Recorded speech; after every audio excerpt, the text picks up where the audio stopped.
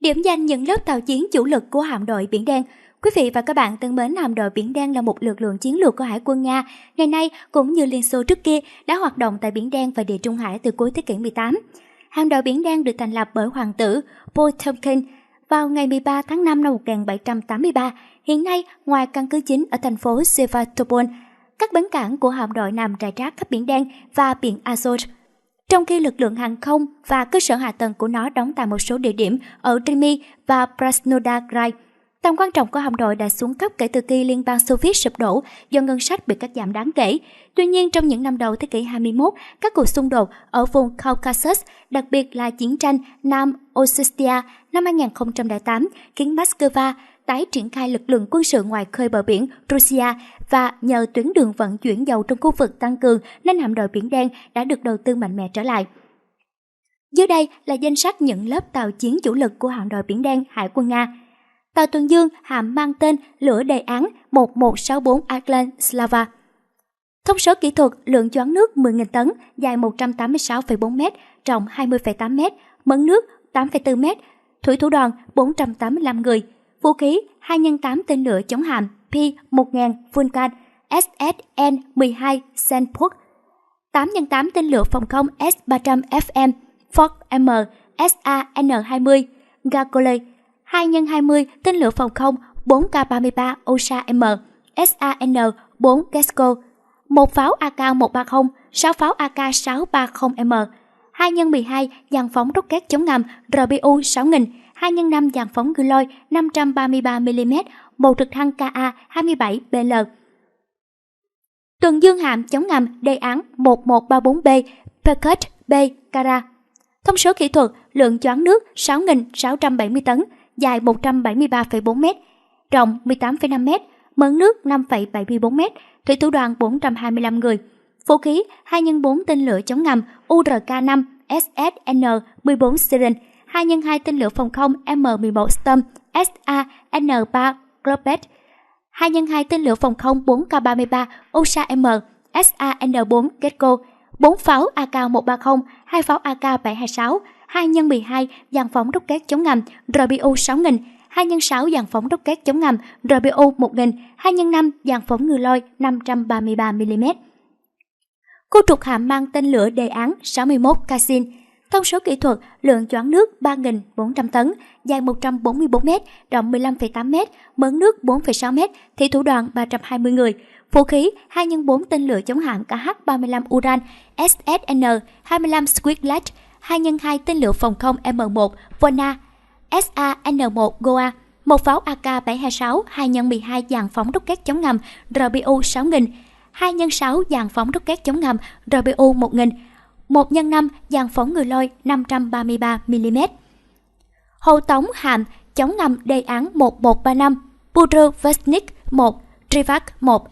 Thông số kỹ thuật: lượng choán nước 3.300 tấn, dài 123 m, rộng 14,1 m, mớn nước 4,6 m, thủy thủ đoàn 200 người.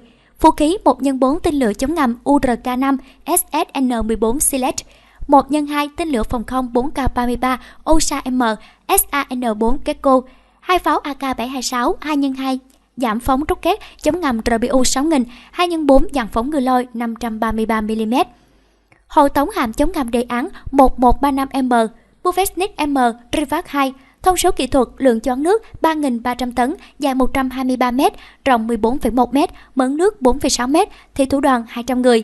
Vũ khí: 1x4 tên lửa chống ngầm URK-5 SSN-14 Siles, 1x2 tên lửa phòng không 4K-33 Osa M, SAN-4 Gesco với 40 tên lửa, 2 pháo AK-100, 2x2 dàn phóng rocket chống ngầm RBU 6000, 2x4 dàn phóng ngư lôi 533mm.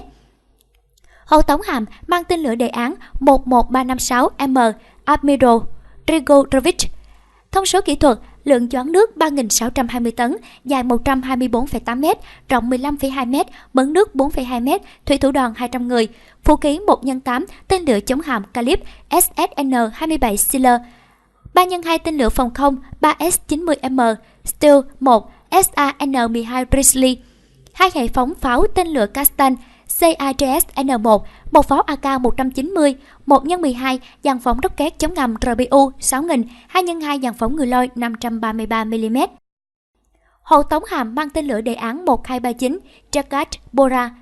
Thông số kỹ thuật, lượng choán nước 1.050 tấn, dài 64 m, rộng 18 m, mớn nước 3 m, thủy thủ đoàn 68 người, vũ khí 2x4 tên lửa chống hạm 3M80 Moskit SSN-22 Sunburn, 1x2 tên lửa phòng không 4K-33 Osa-M, SAN-4 Gecko, 2 pháo phòng không AK-630M, 1 pháo AK-176M. Hộ tống hạm mang tên lửa đề án 1234.1 Overt Nanushka 3.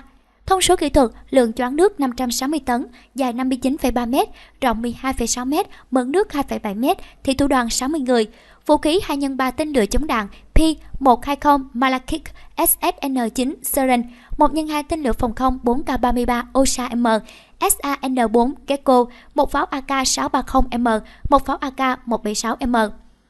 Hộ tống hạm mang tên lửa đề án 21631 Buyan M. Thông số kỹ thuật, lượng choán nước 949 tấn, dài 75 m, rộng 11 m, mớn nước 2,5 m, thủy thủ đoàn 52 người, vũ khí 2x4 tên lửa chống hạm Kalib SSN-27 Stittler, 2x4 tên lửa phòng không Koma SAN-10 Cruisers, 1 pháo AK-630M2, 1 pháo A190. Hộ tống hạm mang tên lửa đề án 12411 Tarantun 3.